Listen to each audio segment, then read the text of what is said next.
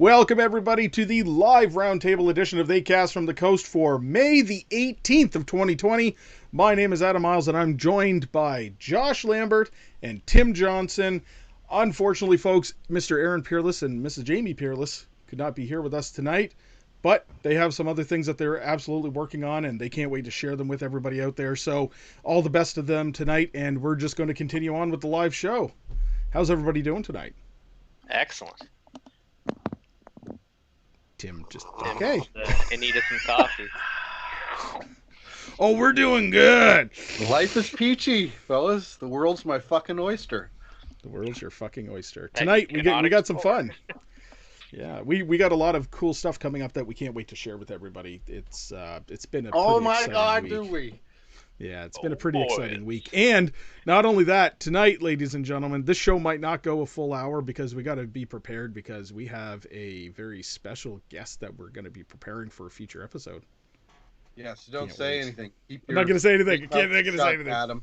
All I say is it's unfucking real. Unfucking real that we get to talk to this person.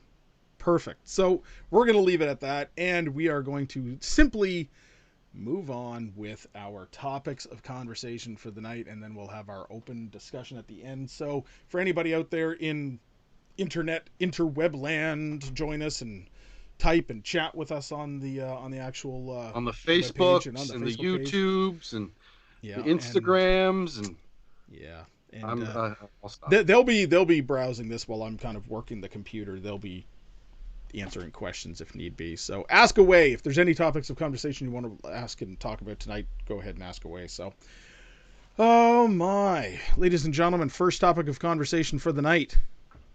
Adam Green has come forward and stated it is a very safe bet that the Bayou Butcher will in fact return. And by the Bayou Butcher, who do we mean, Tim? Victor Crowley! I'm kidding.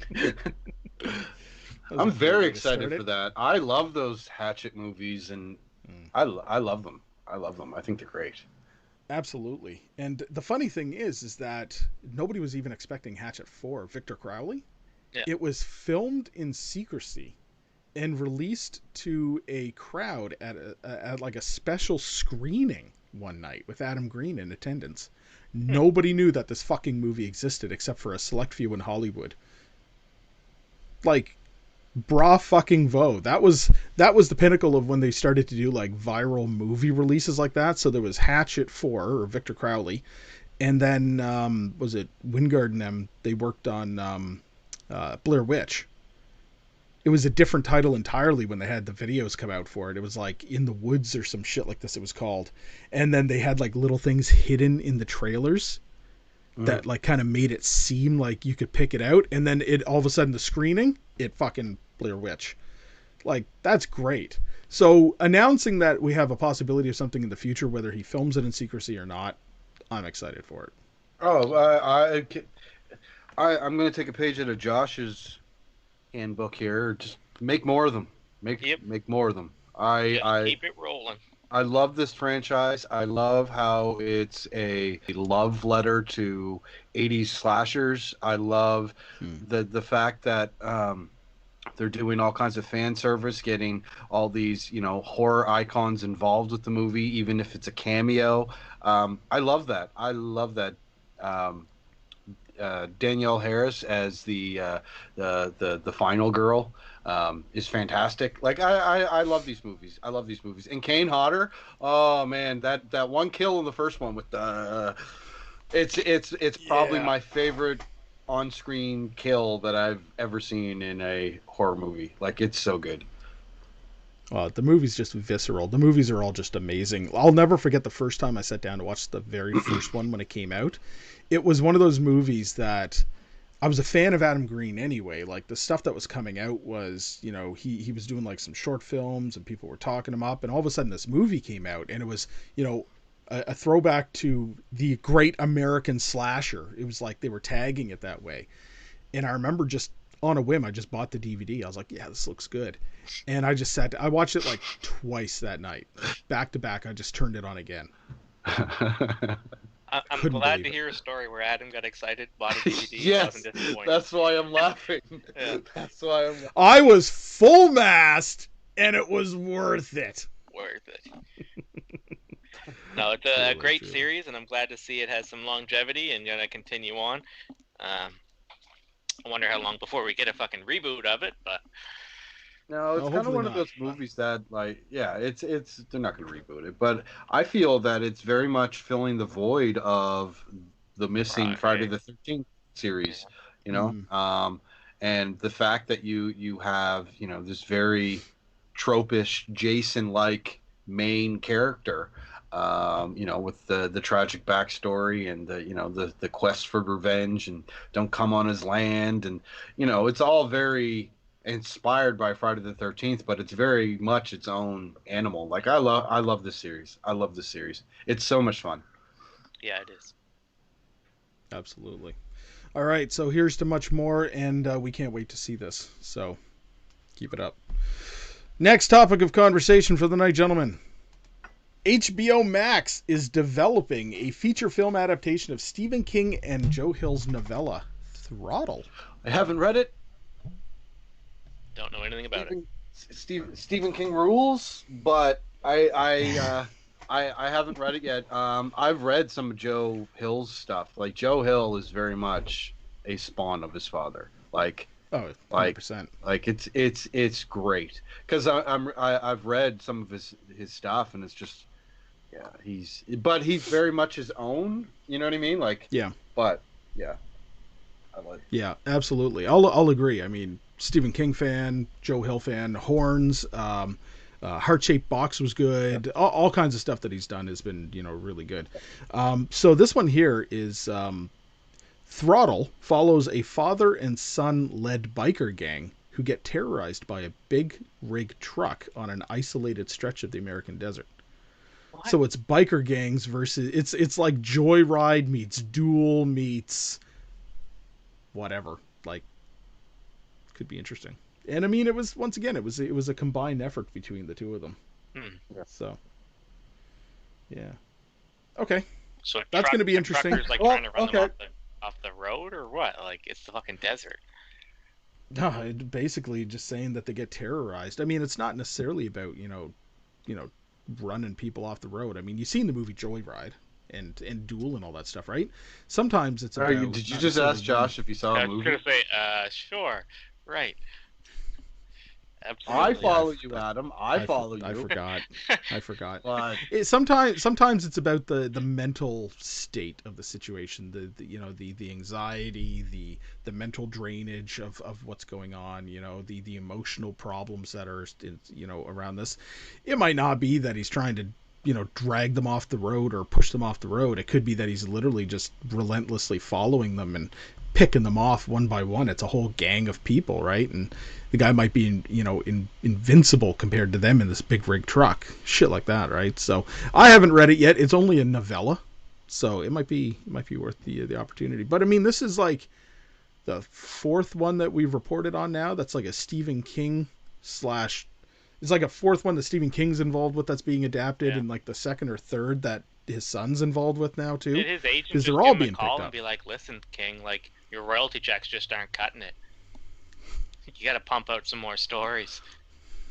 Well, get back to work, man. I know. He is. He's got all. I don't know. Like I have a big collection of Stephen King. Of his novels, and like it got to the point where like I just couldn't keep up. No, there's no way. Like I think. How many publications does this man have? Like 200? No. 100? But it's got to be close with novellas and short stories and that's what I'm everything thinking. else. It's got to be oodles. But yeah, I stopped. I think around the time Under the Dome came out. I think that was around when I stopped. But yeah. Okay. Well, there's what's that new one that he's got? If It Bleeds. It's like another anthology book or something. That one sounds good. I like his anthology books. Going all the way back to the Bachman books, I've always loved his short stories. I mean, as much as I love his actual stories, his full-blown novels and stuff like this, his short stories have always just been great to me because, you know, that's I can pick it up and I can read one of his short stories and put the book away for a week if I don't have time. You know he what I wrote mean? Quitters Inc., didn't he? Like, that's part of Cat's Eye. I think he wrote Quitters Inc. I think so. Yeah. I was gonna say I'm not familiar with that one, to be honest. That's like the only one I know, and it's one of my favorites. Oh, I think when it comes to Stephen King, my favorite thing he's ever done was The Dark Tower. Oh yeah? Yeah. Like that whole multiverse. That stuff's too deep for me. Like the especially like the later on books where like, you know, he had that scare with the, you know, being hit by the car or the van. And he puts that in the book, and like Stephen King is now a character in the story, and it was I fucking loved it. I loved it. Okay, I got to take a step back here for a second, Josh. The Dark Tower with the whole multiverse is too fucking deep for you. Okay, No, folks, you got to understand. me- You got to let understand me- something for a second. Look what's Josh- behind him in this room with the fucking Evil Dead I'm and the not But saying no. the theory is too deep. It's the terminology and stuff he uses. Like, I read one fucking little thing of it, and I'm like, I can't even wrap my head around what he's trying to say. Okay, I thought you were talking about the whole, you know, connecting universes shit and No, everything else. Because I'm like, wait a minute, Josh, you literally pride yourself on every movie that you watch trying to figure out if it somehow connects to every other fucking movie in existence. I'm convinced that is an every ongoing major thing horror for You you. know, in thing the back like of the Dark Tower, there's a glossary of terms. Yeah. Of what they mean in the story. No, I didn't know that. Yeah. I didn't read the whole book. Okay, fair enough. Next time, I highly recommend it. I didn't anticipate it to be a fucking textbook with a glossary.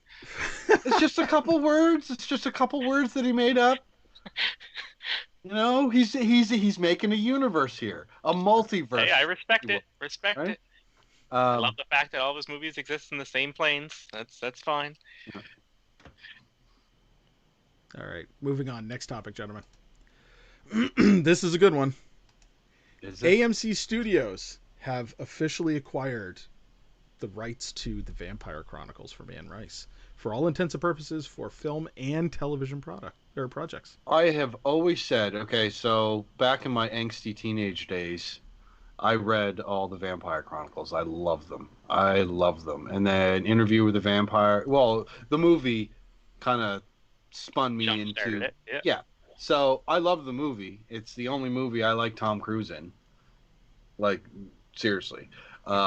So I read all of them, and then they made that garbage fucking Queen of the Damned where they butchered 2 books and made one Mediocre movie. very abysmal movie. I always said that this series of books would work better as a show, and I said it way back when Queen of the Damned came out. So the fact that they're thinking about it now, AMC, I would have been happier with HBO. Yeah. To be honest, because they would have did what? But I mean, AMC's cool. I mean, they put they out, got you know, lots The of Walking Dead and shit like that. Like Yeah, they're not The afraid Walking to put Dead. out shit. That's why he's worried. Mm-hmm. The Walking Whatever. Dead. Yeah. Whatever. Yeah, you know, the single most popular fucking horror. Not pieces of anymore. pop culture. It's not anymore. Just about still is, man. It might be on the decline, but it's, you know, not that bad off. Anyways, regardless, I'm super excited because I feel that the problem with those movies, and the problem with movies in general, when you're adapting a book, like if you write a script for a movie, that's one thing. You're allotting so much time to progress the story, but when you're adapting a book, there's so much stuff that you got to cut out to fit it into a 2-hour runtime. So I feel that books work better as TV shows, and I mean, even with, you know, something like the Vampire Chronicles, like there's multiple books. Each one of those books could be a season. You know what I mean? And like, you know, have this show paced in a way that I just love the idea of seeing those characters on their misadventures through the ages. Right? So, yeah. You might have an episode where you're in the 1990s, and then your episode after that is him telling a story of when he lived through the Black Plague. Right?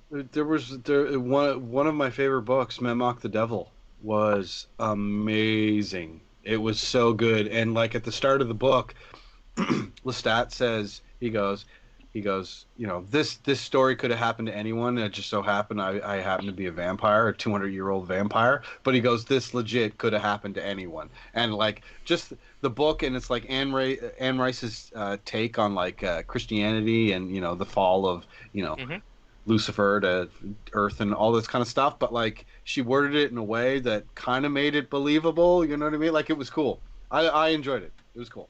What is Anne Rice doing nowadays? She's still alive, isn't she?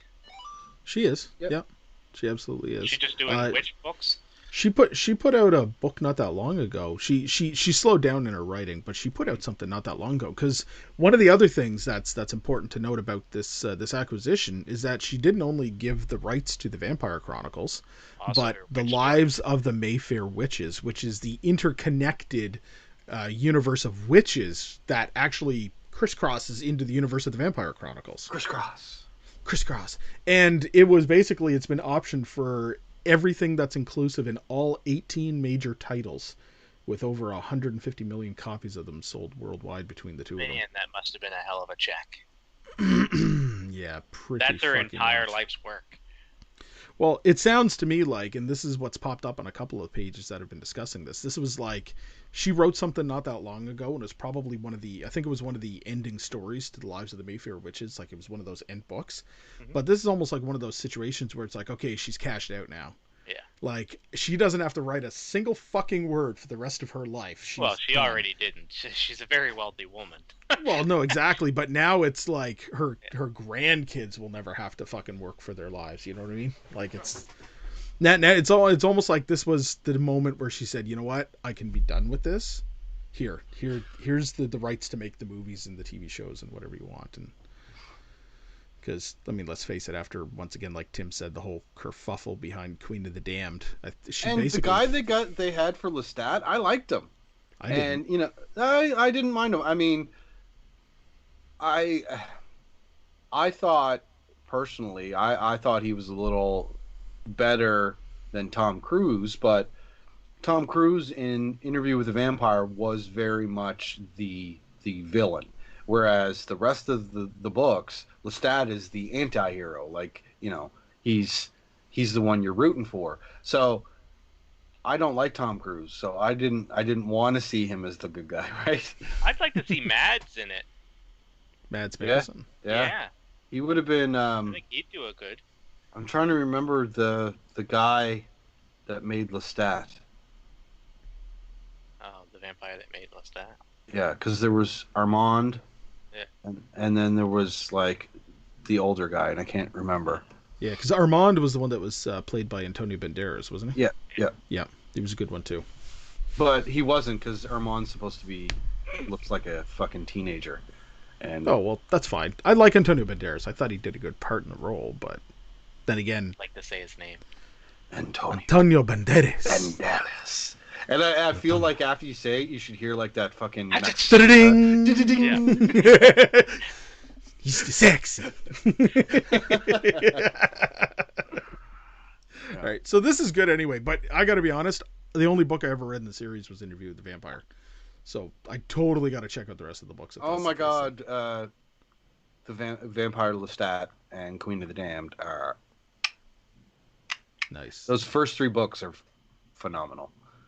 All right, I'm gonna have to check those out. Okay. It's fucking dismissing me. Do you see this? I'm trying to. No.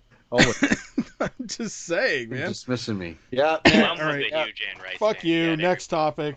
Next damn topic. All right, this one's an exciting one too. I'm at half-mast for this one. I'm just gonna put that out there right now. Here we go. Netflix original series Juwon Origins is headed to Netflix in July.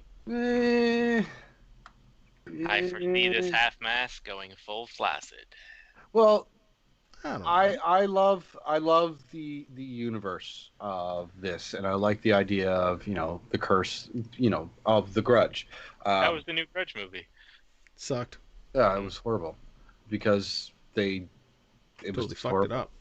Yeah, they fucked it up really bad. They didn't fuck it up in the way that I thought they were going to fuck it up. They fucked it up in a way that I wasn't expecting them to fuck it up. Which is Does that almost make worse. sense? Like, yeah. like it was almost worse. But like I like that they said that this movie takes place in the same universe, and it's not I can't remember the main. I can't remember her name. It was like Akuko or something. Sayoko. Sayoko. I can't remember. Anyways, the grudge jumped, like it jumped into this new woman, right? And like now it's taking place over here, and it's just like meh. Yeah, it wasn't that great. So what this is it a series or a movie they're making? So it's going to be a series. Jesus. So it's going to be a small series. So here's the description that they gave for it. Now this is where it gets interesting because I remember reading some of this prior being stated, not about the series, but about the movies. The Japanese horror classic franchise Juwon was actually based on real events that occurred over a span of 4 decades. And the truth is actually more terrifying than what was portrayed on TV and movies. Can the people haunted by the original house escape from its curse? And what kind of grim incident occurred in this curse in the past? Josh said it all with that big fucking yawn. Yeah. Whatever. Like, I think it's going to be good. I am. It has potential, judgment. at least. Yes, it does, and I'm reserving judgment until I see, like, actual filmed trailer and like the tone and like, you know what I mean? Like, because I loved when I remember watching The Grudge, like the American remake, and I loved it. I thought it was great. I thought it was awesome that the original director directed this reboot, remake, whatever. I loved it so much that I went back and I watched Juwon. I think we said this in a podcast of American remakes that make me want to watch the original. Yeah. And the original's even creepier. Oh, fuck yeah, man. Oh, my God. Like that woman. Okay, I got a funny story about The Grudge. Okay, so this was back when I was with my kid's mom. 2006. And we went to go see this movie. And for some reason, The Grudge and, to a lesser extent, the Ring, those movies creep me out. There's just something about the long black hair that, yeah, it's unsettling. So I ended up, okay, so we went to sleep, and we were Laura at the time had long black hair. Mm-hmm. So I'm asleep, and in the dream, the lady is fucking chasing me, coming down the steps and climbing over the bed, and I punched her right in the head. And I woke up after I punched to Laura going, "Ow!" This is exactly. I punched her right in the temple, and I felt horrible. I punched my girlfriend in the head because of this fucking movie. Yeah, I felt horrible. I mean, I don't think it was, how technical and throwing punches while you're asleep, but like it was. That'd be actually hysterical if you just fucking KO'd her. Oh, yeah. Well, yeah, the thing that makes me laugh about it now is this poor woman was asleep. Yeah, she imagine being woken up out of a dead sleep to a punch to the face. I'm not laughing because I feel bad even to this day. So Laura, I'm sorry I punched you in the head because I thought you were the crazy grudge lady trying to get grudge monster. Well, you know that part in the movie where she picks up the covers and she's underneath and fucking it was all that in my dream. I'm glad to what know else though. Can you do but punch it? I'm glad. This says a lot if I'm ever put in a horror movie that I'm not going to cower like a little bitch. Like I punched. You're gonna punch something. I'm going down swinging. Punch a fucking ghost. But unfortunately, it was at the expense of my girlfriend at the time. Yeah. Brilliant. That's great.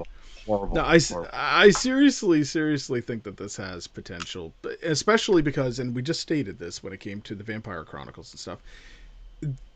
Hopefully they won't shoehorn everything in. They'll take their time. It'll be like, knowing Netflix, it'll be like maybe a 6-7, part series or something like that. And it will really truly have what it needs to bring back the storyline. Like I said, I'm going to reserve judgment. I'm not showing any masting at all. But did you watch the trailer though? I didn't even know that they had a trailer. They do. They actually already have a trailer for it. I'll watch the trailer. Yep. And then I will report back what I feel. I'll watch it right now. Okay, cool. So While Tim... We'll put a pin in it.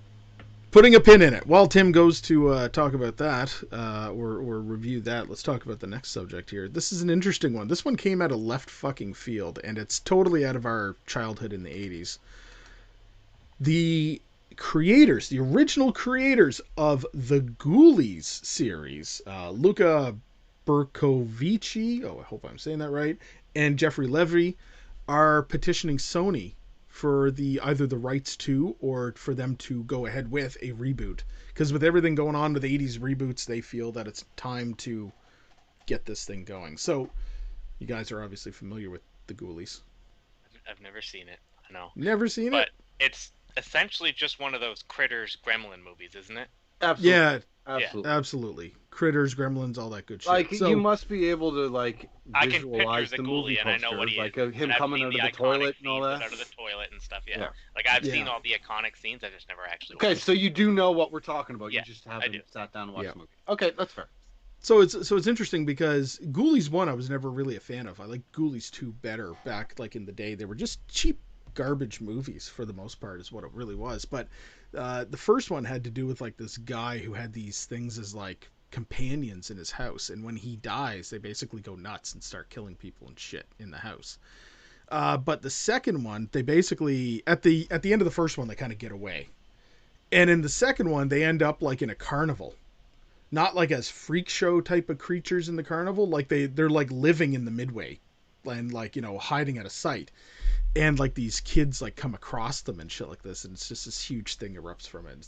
It was interesting. It was just garbage movies, but they eventually like Ghoulies Go to College was like one of them too, where they were like, you know, taking over like a fucking sorority house and shit, and it was weird. It got really weird, but the whole purpose of the originals was just, you know, fucking monster movies. Yeah, well, they're fun. cashing in on that fad. It was, you know, Critters was written, and then Gremlins was written, and then Ghoulies. Tim, go. I just watched the trailer. I'm on board. Okay. It's, you're not full mast. I'm full mast. I'm full mast. Oh, wow. Because, like I said, I needed to see the tone and, you know, basically what they were doing. It feels very much like the original movie, except better cinematography. Mm-hmm. The fact that it's not going to be dubbed or done in English, the fact that it's all subtitles in... yes, I'm on board. Yeah. And it literally looks like Juwon, not The Grudge, Juwon, the original Japanese They're the same version. thing, though. To be fair, they're the same thing because it was done by the same guy. It's true. Right? Like, true, it's the same thing. They even cast the same actors to play the ghosts. Like, it was the same little boy. It was the same, you know, mother. The flashbacks of the father fucking going crazy. It's the same people, right? You know, I don't know how far that continued, but in the sequels and stuff like that. But I know that first one with Sarah Michelle Gellar was great. And the original Juwon was great. But so I'm on board. Excited. Absolutely. Okay, cool. Managed to convince. Yep, full. All right, so Ghoulies, it's a fans petition right now, so they're basically asking people to sign the petition, and they're going to send all the signatures when they get the petition done to Sony to say either give up the rights and let somebody do it or do it. You know That's what? not going to work. Like who cares? Like, honestly, Ghoulies, I understand people, you know, having fond memories and, you know, nostalgia and all that kind of stuff. But I think as far as all those, like Josh said, critter type movies, like, fuck Ghoulies. I want Gremlins 3. Like, fuck, whatever, Ghoulies. I mean, we ended up getting, you know, more critters, which was cool. I watched that thing. It was a little mini series, the web series. Yeah, it was cool. Yeah. But I don't care about Ghoulies, man. Does like anybody? Like, what does this fucking petition have? 20 people? I don't know. On there, and Adam's already signed it. Definitely. I've not signed it. Lies. Don't know if I will. I mean, using his online alias. saltytits69@gmail.com. That doesn't exist. Don't email it, people. people. Are just Adam's aliases. Full mast. Tim Johnson's on there. Full mast. Half mast. Quarter mast. You got to add numbers into it though, like like 5.25. All right, whatever. Moving on. Next topic of conversation. This one here, this comes up all the fucking time for us to talk about, guys, but we got to talk about it tonight because, well, it just so happens that it's, progressing, kind of, maybe. I don't know. CW has announced that they're rolling over The Lost Boys, which means that even though they started filming the new version of the pilot before the whole COVID-19 shutdown, they don't think that they're going to do anything with it for the remainder of 2020. They'll probably revisit doing something with it in 2021 if they fucking decide to or not.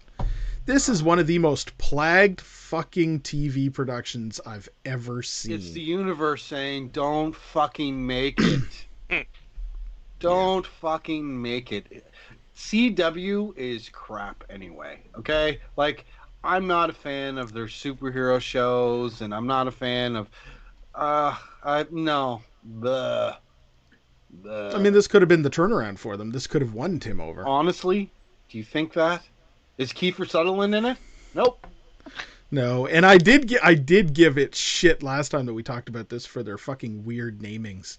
Like the fucking characters' names are like Bennett and shit like this. It was weird. I mean, the thing that I will say is this. I appreciate the fact that it seems like they're doing an in-universe reboot. Yeah, so different characters that fit the same storyline rather than trying to create David. Yeah. So it's not going to be David, which is fine. David might have existed in this CW show. But, so I'm fine with it. I think if, the budget is there, I think if there's the same level of violence, you know what I mean? But Lost Boys is one of those movies that you can't replicate. It just came out at a perfect time back in '87. The music was right. The actors that were playing it were right. They had the right look. Like, you can't do that again. And if you do it now, it's just going to be lame. It's just going to be lame unless they set this new show in the 80s. But they won't. They'll do it modern day, and the vampires will all be on Twitter. And they'll be TikToking and fucking whatever. But you know that they're vampires because they don't appear on camera? No, they appear on camera. They just don't appear. Their reflection doesn't. They don't cast a reflection. Yeah, I know. Yeah, but you know what? TikTok. Yeah, they can still make TikToks. TikToking vampires. Fuck off. They'll be doing their little dances. Doing their floating around dances. And shit. Renegade. Yeah. Renegade. Wow, Josh actually knows what's up with TikTok. You're right. Josh, I want to know more about this. Are you on TikTok? Now. Are you on? I'm on the TikTok. Fuck off. Watching the TikToks. Talking. No. We're not asking if you're watching it. Are you on the fucking TikTok? Oh, no. Are you going to show up in one of those TikToking? TikTok compilation videos my kid watches? That's how I it. know everything. Anthony is always watching these compilations of like TikTok, and I'm just like, ugh. But some of them are funny. To be fair, some of them are funny. Because I used to like watching Vines with them. People who do Vines and compilations and stuff. And I'm, but all the dancing and the fucking everybody doing the same fucking skit over and over and over and using the same fucking shitty music, just fucking ugh. It takes about 2 months before you see something original. Oh. So, yeah. No. I downloaded it. I watched about a week's worth of shit, and I deleted it. Wow. I never even downloaded it. Hey, man. Everybody was talking about it. I downloaded it, and I was just like watching Adam's on there fucking doing the Renegade. And... Well, actually, I remember you, Tim, specifically saying, I don't ever want to fucking see you on TikTok because you'll end up on one of those fucking cringe compilations. And like, yeah, I probably would. Fucking hilarious. I, being a somewhat little bit of a conspiracy theorist, right? This pandemic, it's the end of the world. It's the end of the world. And a bunch of fucking cosplayers that I know roped me into doing a fucking TikTok video with them. Yeah, and I'm like, fellas, it literally is the end of the world because Tim is on TikTok. Keep in mind, like, you know, we were dressed in cosplay. I was doing, you know, my Heath Ledger Joker. So it wasn't Tim, but still. Well, you appeared as Tim first. Yeah, it was Tim. Oh yeah, that's right. Fuck. It's all the video. Tim totally fucking appeared. It was that fucking makeup brush video. Tim going at it. Oh, look, I'm not. Ooh, now I'm. Yeah, well, you know what? The views on that video got more than anything you've ever done, Adam. Most of what I've done is with you, Tim. So you burn me, you burn you, bitch. I'm glad that you got the joke. Yeah, exactly. I'm glad that you got the joke. Oh, man. So what you saying? I'm dragging you down? Fuck you. No, because Josh is balancing it out, and now that we got Aaron. Oh, okay. Yeah. It's like I'm this fucking balloon, and then Adam was the rock, but now with Josh and Aaron as 3 balloons. It's the fucking hot air, right? Yeah, hot air. All three of us are begrudgingly fucking pulling Adam along, dragging Adam's ass. I'm teasing. I feel like I should do a fucking moment. Adam, heartfelt moments from Tim. Adam, you are not dragging anybody down. You, sir, are the heart and soul of this show. You're going to go ahead and insult me like that. That has been a heartfelt moment from Tim. Yeah. It's the only one you'll ever get. Thank you, Tim. What's our next topic, Adam? I was going to say, fuck this topic. Moving on to the next topic. So this is really the final topic that we have of the night, guys. But I had to bring it up because it actually kind of pisses me off a little bit to no extent. So let me just kind of get into this here. Josh Trank has been quoted. Josh Lambert is a piece of shit. Shit! Josh Trank has been quoted to talk about Pumpkinhead's reboot lately. Now, let's kind of dig into this just a bit here, because basically the guy who brought us Chronicle, which was a good movie. I remember. Okay. I paid theater money to go see that. I dug it. Yeah. But then he also brought us the dumpster fire known as the Fantastic Four back in 2016 or whatever the fuck it was. And he was trying to do the Boba Fett movie with Lucasfilm, and because Fantastic Four bombed, it's assuming that he got fucking canned because of that. I think they actually canned that project because they wanted to do The Mandalorian, and they didn't want the 2 very similar shows competing. Yeah, but I mean, now there's talk of like Boba Fett is supposed to be in season 2 of The Mandalorian, and season 2 and season 3, and then getting his own show. So right, I feel that they were going to do a Boba Fett movie when they were all gung ho about doing these solo, like the Kenobi and the Solo, the Star Wars story or whatever. But I don't know. I blame Kathleen Kennedy. Yeah. Yeah. Okay. She's got to go. Oh, well. Whatever, man. I don't know. But, so, diving into this just a little bit here, he basically says that after the success of Chronicle, and then he was handed the reins to Fantastic Four and a bunch of other things, and things went quiet after that for him. And shortly thereafterwards, he heard from his agent that there was on the table a Pumpkinhead reboot that was being, pushed around. And he basically, was asked if he would have any interest in doing it. And they were going to set up a meeting and talk about it. So 2 things about this.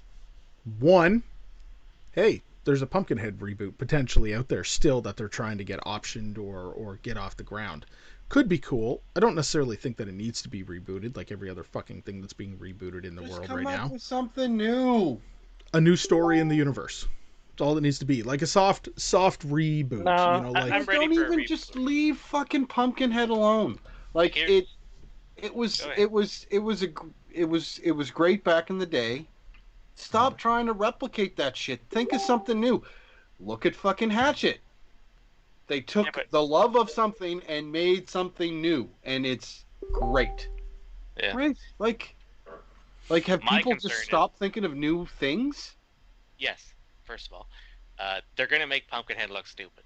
There's gonna be a redesign, and he's gonna look stupid, and that's gonna piss me off. It's gonna piss Josh off right off the bat. We're gonna say that. Yeah, I mean, it's a possibility, right? So, I mean, that's the first thing. First off, Pumpkinhead reboot. It's out there. They're talking about it. Up to 4 years ago, they were talking about it. And you know, sometimes it takes a while for this shit to happen. So there's a very big possibility it's still happening. 2, I think we dodged a fucking bullet that it didn't happen for 2 reasons. 1, Josh Trank. Fuck him. and getting that done. While we're on the topic, Josh Lambert. But for 2, yeah, kind of okay that it didn't happen. But it's an interesting topic of conversation just because, you know, it once again goes to show that everything is being optioned. Everything is up for fucking reboots and remakes, and there's a lack of creativity going on right now. Well, because studios are trying to make money, and these properties already exist. And licensing out dead properties is easier than paying writers to come up with something that might not work. Yeah, absolutely. That you just summed it up right there. And that's unfortunate because, you know, there's so many good things that haven't even been fucking developed yet. Like, there's so many. Is there though? Yeah, there is, man. Because I know just between me and Adam, we've thought of some amazing ideas for, you know, movies that we wanted to make or whatever, right? And it's like, and we're not, we ain't shit, you know? Like, can you imagine, like if they just let people... You might not be shit. No, I am... I'm totally the shit. Kind of a big deal. But kind of a big deal. Regardless. Irregardless. I don't know. I just... Stop it. Nope. Yep. Keep making them. No, Josh. No. But I'm not. But see, I'm on the fence here. The first and foremost thing that happens is you always get into the argument with people about remakes sucking. Oh, all remakes suck. No, okay, that's not true. That's not true. So John Carpenter's The Thing? No. But even besides that, I mean, I guarantee more people saw John Carpenter's The Thing than the original. Thing from Another Planet. Yeah. I don't know why I couldn't think of the name. Anyways, no, some remakes are fantastic. I mean, look at the push with all the Stephen King movies. They're all remakes. Mm-hmm. For the most part. I mean, except for Dr. Sleep. But, like, for the most part, they're all remakes. Halloween 2018. Some people didn't like it. Whatever. I loved it. Right? That is essentially a remake. Even though it retcons 2 on, so you're kind of remaking the story. We're talking anything that involves a property that already exists. Sequels, remakes, reboots. That's all what we're talking about right now. Because ultimately, we don't know what this Pumpkinhead's going to be. It could be any one of those. But and you know what? I'm talking out of my ass here. I haven't even seen any trailers or anything. It might be amazing.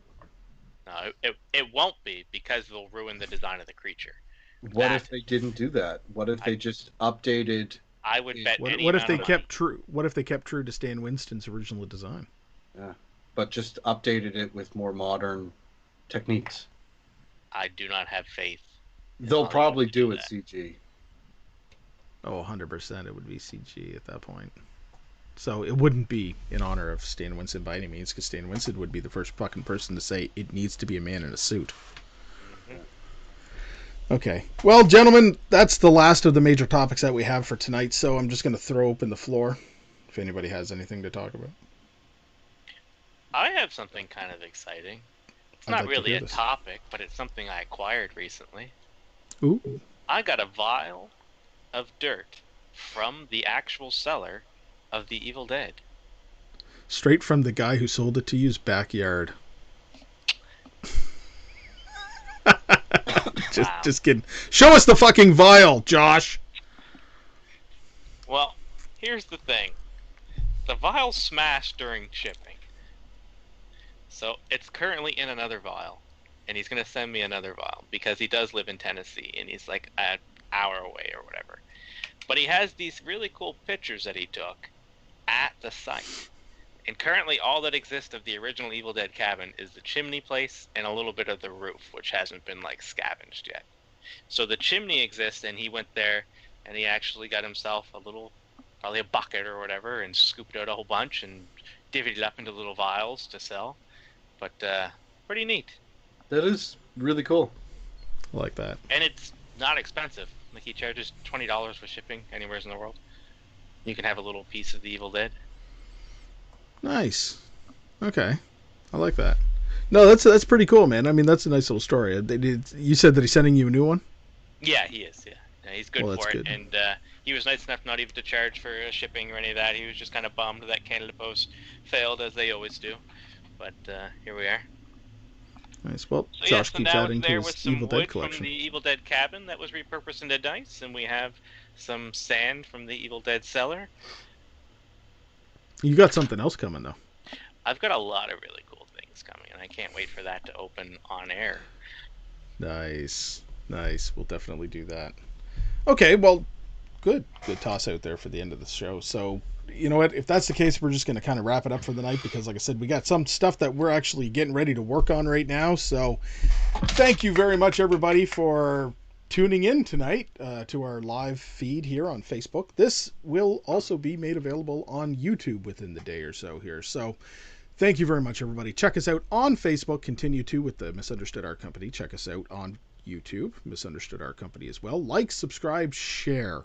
We're also going to be making all this available, as we do with all of our review episodes and with our weekly episodes that we just produce, to all of the major podcasting platforms that we provide these episodes on. We have Spotify, iTunes, and Google Play that we produce. So check us out there as well. And until next time, Josh. All you people out there listening, I want you to come up with some iconic horror movies, put them in the comments, and if I haven't seen them, we'll review them. Okay, all right. So we need movie suggestions, is what it is. So we like seeing Josh get into stuff that he hasn't seen before, which is quite a fucking large amount lately, but to be honest. So this is good. This is good. Adam, you didn't mention about a certain website that they can. I didn't, did I? So No. By the way, people, we're on Patreon.